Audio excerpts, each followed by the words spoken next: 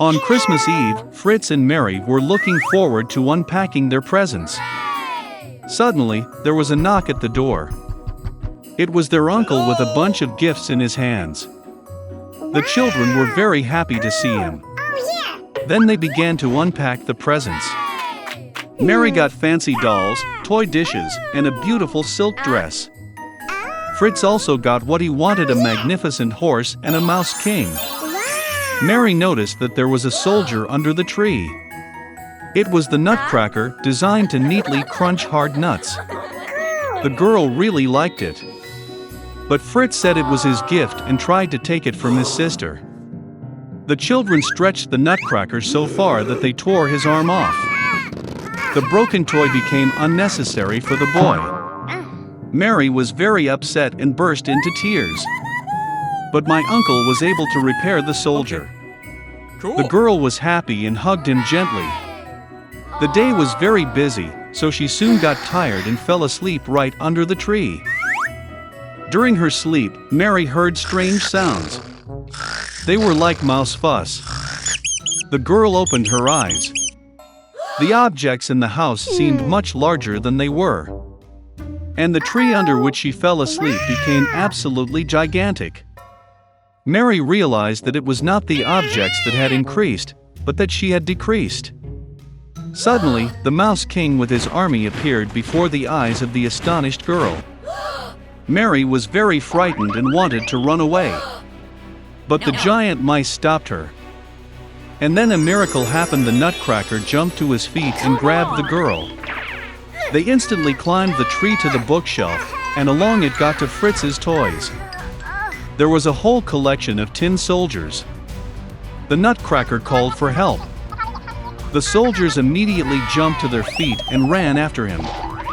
The Nutcracker took command of the army, and the soldiers began to fight the army of the Mouse King. The battle between toys and mice was fierce. But, unfortunately, there were too many mice, and the Nutcracker army began to suffer defeat. Mary saw this and ran out of her hiding place. She threw her shoe at the Mouse King and hit him right in the head, and he fell to the floor unconscious. The rest of the mice realized that the battle was lost and ran away in all directions. Mary ran to the Nutcracker, but he lay unconscious, as he was badly wounded by the Mouse King. The girl thought that he was dead, and began to cry bitterly. And suddenly, a beautiful fairy appeared behind Mary. She decided to help the girl. With a wave of her wand, she revived the Nutcracker. With a second wave of her wand, the fairy turned the soldier into a handsome prince. Mary and Nutcracker looked at each other with loving eyes, and could not take their eyes off. With a wave of her wand for the third time, the fairy took the couple in love to the kingdom of sweets. The trees there were made of candy, and the flowers were made of marmalade. It was a wonderful place. Mary closed her eyes for a second in pleasure. And suddenly, she heard the voice of her mother, who called her by name. Opening her eyes, the girl saw her mother, who looked at her in confusion.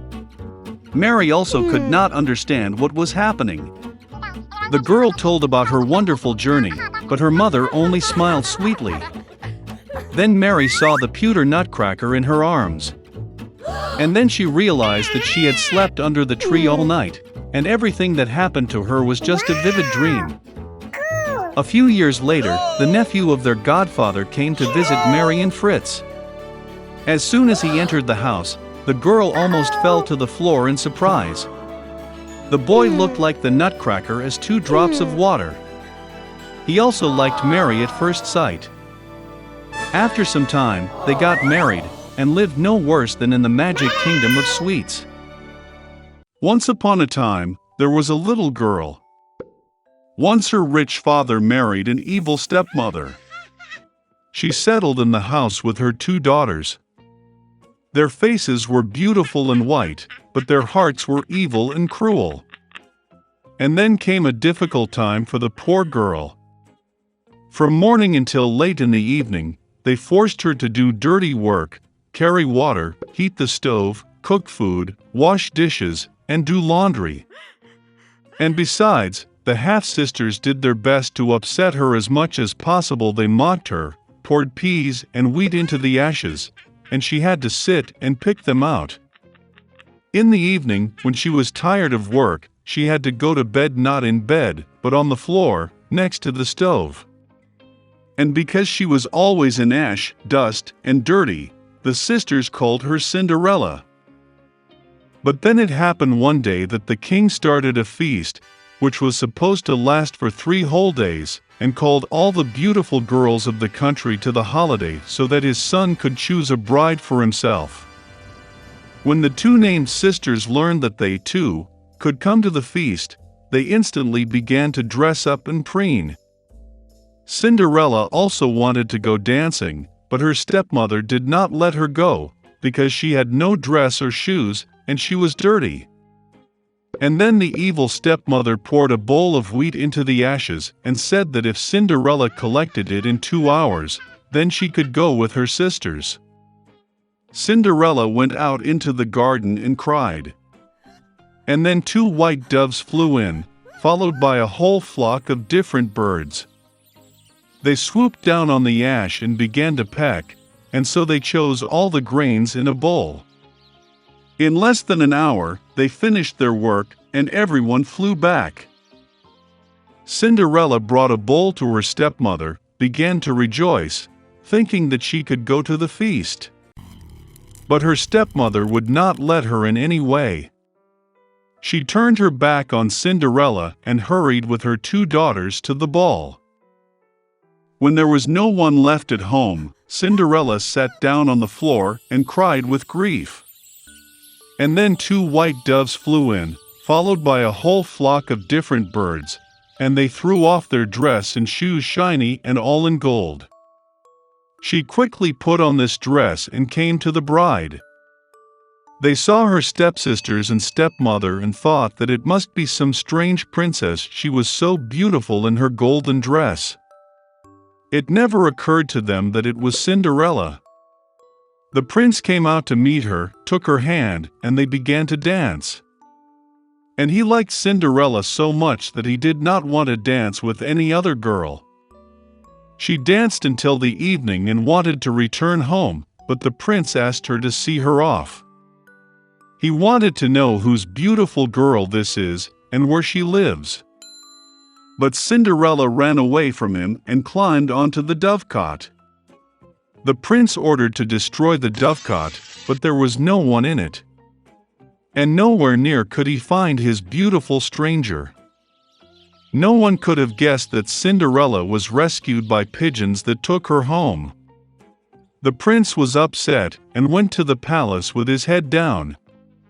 And suddenly he saw a shoe, lifted it up. It was so small and elegant and all of pure gold. The prince guessed that when Cinderella ran away from him, the shoe from her left foot remained on one of the steps. The prince was delighted and ordered to find the mistress of this shoe, and to whom it suits he will marry that one. The parents returned from the ball. They saw that Cinderella was asleep in her shirt on ash, and a dim light was on by the stove. Both sisters went to their rooms, hoping that tomorrow they would be lucky enough to put on the golden slipper. The next day, the prince came to their house, and said that everyone who wants to try on the shoe of his future wife should come out. 2 sisters came out, and the stepmother locked Cinderella in the house and did not let her out. The older sister tried it on a small shoe. The younger sister tried it on the shoe as great. The prince was about to leave, but Cinderella climbed out of the window and ran out to him. And she put on a shoe, and it just fit her. The prince looked into her eyes and recognized in her the very beautiful girl with whom he danced. He took Cinderella, put her on a horse and rode off to play a wedding with her. And he ordered the sisters and stepmother to be locked in their house, and never let them out of there. This is how they were punished for their malice and deceit.